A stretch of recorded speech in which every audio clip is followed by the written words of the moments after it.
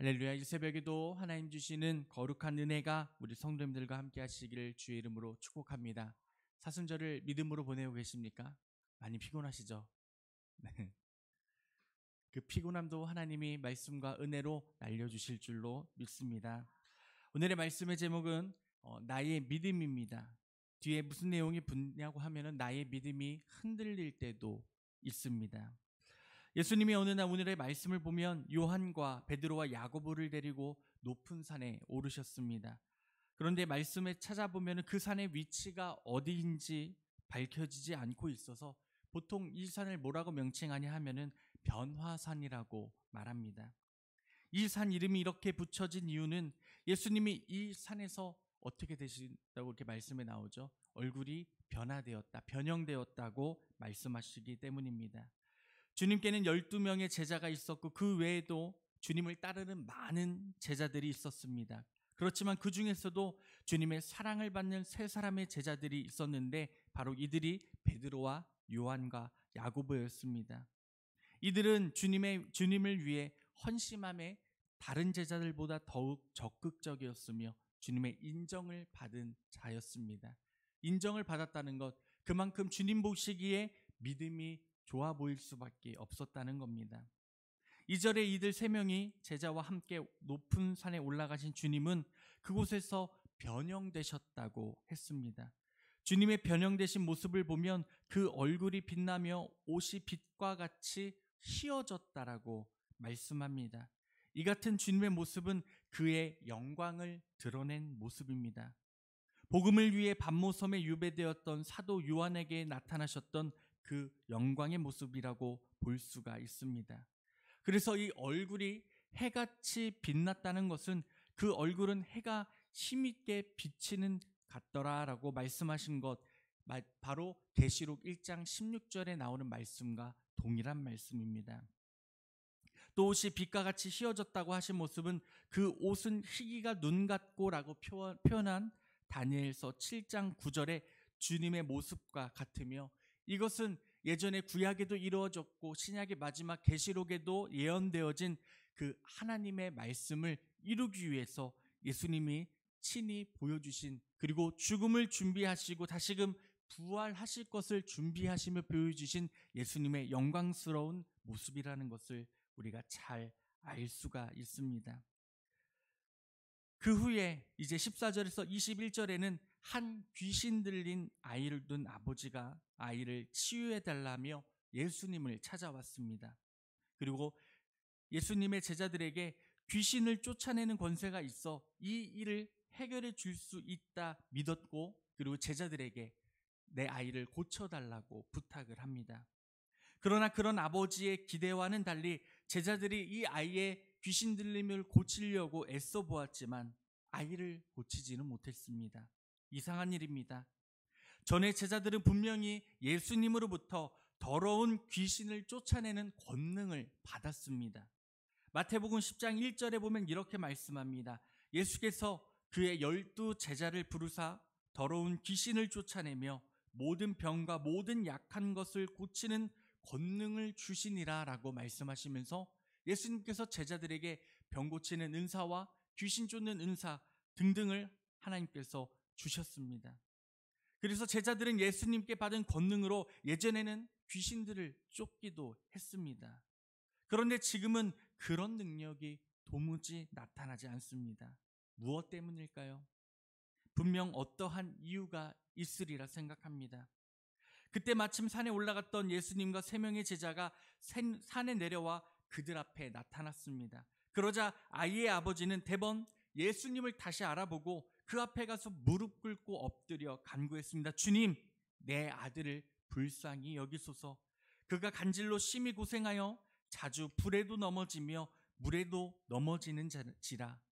내가 주의 제자들에게 데리고 왔으나 그들은 내 아이를 고치지 못했습니다 하고 다시 주님 앞에 무릎을 꿇습니다. 이 말을 들은 예수님은 이 믿음이 성장하지 않은 제자들에 대해 안타까운 마음을 담아 이렇게 말씀하십니다. 17절의 말씀입니다. 믿음이 없고 패역한 세대여,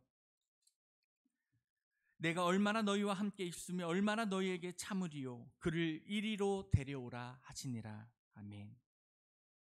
우리는 이 말씀을 통해 제자들에 대한 예수님의 이 마음이 얼마나 답답하고 안타까운 마음인가를 엿볼 수 있습니다. 얼마 전 예수님은 자신이 고난받고 십자가에 죽을 것에 대해 제자들에게 나타난 바가 있으십니다.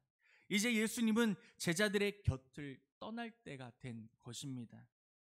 제자들과 함께할 시간이 얼마 남지 않은 것입니다. 그런데 함께할 시간이 얼마 남지 않아 있는데 제자들의 신앙 성장은 마냥 더디기만 하니 참으로 답답할 노릇입니다. 최근에 뉴스에서 가장 이슈가 되는 것 중에 하나가 혹시 푸바오 아시나요? 권사님들? 네. 이제 우리나라에서 태어난 이 팬더 한 마리가 법적으로 이제 중국에 가야 될 나이가 되어서 돌아간다고 하잖아요. 그 팬더를 보기 위해서 뭐 많게는 뭐 4-5시간을 에버랜드에도 줄 서 있다고 했었거든요. 보면서 사육사가 이제 인터뷰를 하는데 이런 얘기합니다. 제가 4년 동안 이 곰을 잘 가르치고 그리고 잘 양육했으니까 중국에 가서도 잘 할 겁니다. 걱정이 없습니다. 라고 이야기합니다. 그러면서 많은 사람들에게 그 걱정을 덜어주기 위해서 이렇게 노력하는 모습을 보여주더라고요. 그런데 만약에 그 팬더가 사육사의 말대로 말도 듣지도 않고 한다면은 그 사육사가 얼마나 걱정이 되겠습니까? 그렇죠? 예수님의 마음이 그랬다는 것입니다. 가르치고 먹이고 그리고 또 보여주고 그리고 이적을 행하고 고쳐주시고 많은 것들을 제자들에게 보여주었는데 이제 예수님께 남은 시간, 하나님께로 곁으로 갈 시간이 얼마 남지 않았음을 예수님께서 분명히 알고 계셨는데 그리고 내가 이제는 너희와 함께하지 못할 것이다 라고도 말씀하셨는데도 불구하고 제자들의 믿음이 더욱더 성장한 것이 아니라 제자들에게는 어떠한 마음이 있었느냐? 예수님이 이제 죽으신다고? 그럼 우리는 어떻게? 그러한 두려운 마음, 걱정되는 마음으로 인해서 예수님이 주신 그 권능과 능력을 제대로 사용하지 못하고 있었다는 것입니다. 그렇기 때문에 우리는 이를 통하여서 두 가지의 믿음을 보게 됩니다. 하나는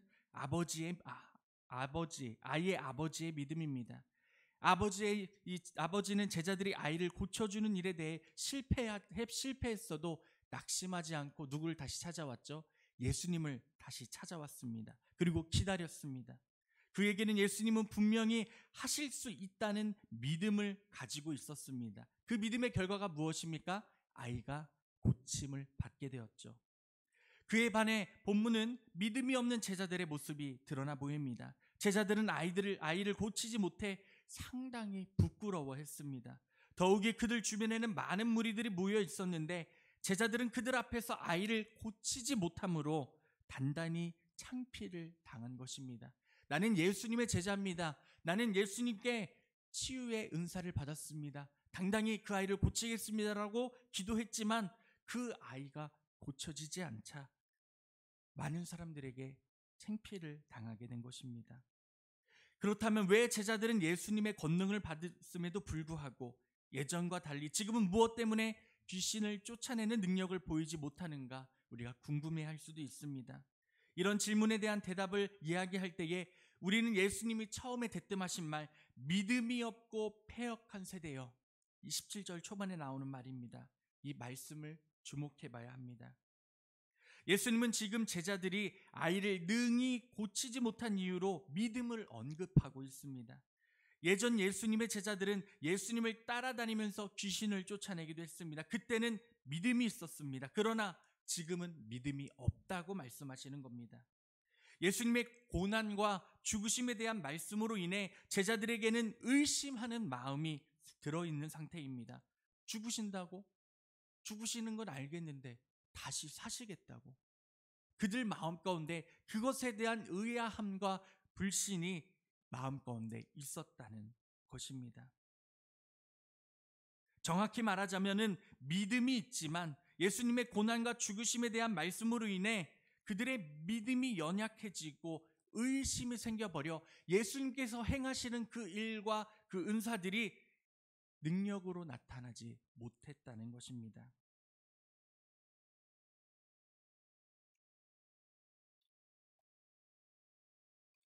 어느 광고의 문구에 보면은 사랑이 움직이는 것처럼, 사랑은 변한다는 것처럼 믿음도 움직이게 된다는 것입니다.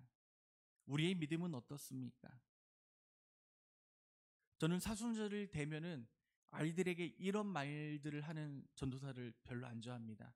너네들 사순절이 됐으니까 핸드폰도 하지 말고 컴퓨터도 하지 말고, 미디어 금식이라고 하죠. 왜 평소에도 할 수 있는 것을 꼭 사순절이 됐다라고 하지 말라고 할까요? 그렇죠? 평소에도 그 믿음을 지켜나갈 수 있는데, 평소에도 그 새벽 기도, 새벽 성소를 지켜나갈 수 있는데, 왜 우리는 꼭 사순절이 돼야만 중성전이 가득 찰까요? 그렇죠? 저 어제 깜짝 놀랐습니다. 앉을 자리가 없을 정도로 많이 오시더라고요. 우리의 믿음이 그러한 작은 것에 국한되지 않았으면 좋겠습니다. 사순절만 예배가 아닙니다. 그렇죠? 매일 새벽에 예수님과의 동행하는 십자가의 기림을 믿으시기를 바랍니다. 그러한 믿음을 우리 예수님께서 바라보고 계시다는 것입니다. 사랑하는 성도님들, 우리의 믿음을 다시 한 번 더 돌아보시는 시간이 되시기를 바랍니다. 오늘 제자들에게 행하신 예수님의 이 말씀을 통하여서 우리들에게 말씀하시는 믿음, 너희 믿음이 작은 까닭이라는 그 말씀이 아니라 이제는 너희 믿음이 크도다, 그 말씀이 우리의 삶에 배겨 나오기를 원한다는 것입니다. 사랑하는 성도님들, 우리의 믿음이 단련되어 굳건해지기를 소망합니다. 특별히 우리들은 사순절을 보내고 있습니다. 이 기간 한 번 더 예수님이 걸어가신 그 길을 우리가 생각해 볼 때에 이 하루하루의 삶이 예수님과 동행하는 믿음의 승리의 삶이 되기를 소망합니다. 어떠한 기도의 제목들을 가지고 이 새벽 이 앞에 나오셨습니까? 누구는 육신의 강건함을 위해서, 어떤 사람은 우리의 삶의 부요함을 위해서, 삶의 고난함을 해결받기 위해서, 우리 가운데 있는 어려움과 정신적인 문제, 자유하지 못한 얽매임들을 해결받기 위해서 이 자리에 나오셨을 수도 있습니다. 하지만 먼저 이렇게 간구하십시오. 주님, 내가 먼저 주 앞에 단단히 서기를 원합니다. 내가 주님 손 꼭 붙잡고 나가는 믿음 되기를 원합니다. 어떤 상황에서도 흔들리지 않는 믿음을 선포되어지기를 원합니다. 우리 손 가운데서도 치유의 은혜를 허락하여 주시옵소서. 우리 입술의 고백 가운데서도 주님의 권능이 나타나게 하여 주시옵소서. 그럴 때에 하나님이 주시는 새로운 소망과 은혜가 우리 가운데 나타나게 될 줄로 믿습니다. 그러면서 17장 이제 마무리로 들어가면서 다시금 예수님께서는 자신이 죽으실 것과 부활하실 것을 한 번 더 말씀하십니다. 왜 그러실까요?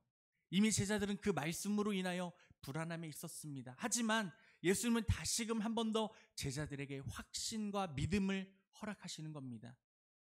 내가 죽을 것이다. 하지만 내가 다시금 살아 너희들에게 새 생명과 은혜를 허락하여 줄 것이다. 우리는 이미 그 부활의 은혜를 경험했습니다. 그 부활의 은혜를 경험했다면 흔들리지 않는 믿음이 당연히 있어야 하지 않을까요? 말씀에도 나오죠. 자로나 우로나 치우치지 말라. 오직 내 마음을 주께로 합하라고 하시는 것처럼 언제나 어느 때나 어떠한 상황에서도 오직 우리의 마음을 주님께 드려 그 흔들리지 않는 믿음 가운데 바로 서서 많은 사람들에게 주의 복음을 전하는 그런 축복이 우리 성도님들 가운데 함께 하시기를 주님의 이름으로 축복합니다. 오늘 하루도 그러한 믿음을 소유하셔서 승리하시는 은혜가 우리 성도님들과 함께 하기를 주님의 이름으로 축복합니다. 기도하겠습니다.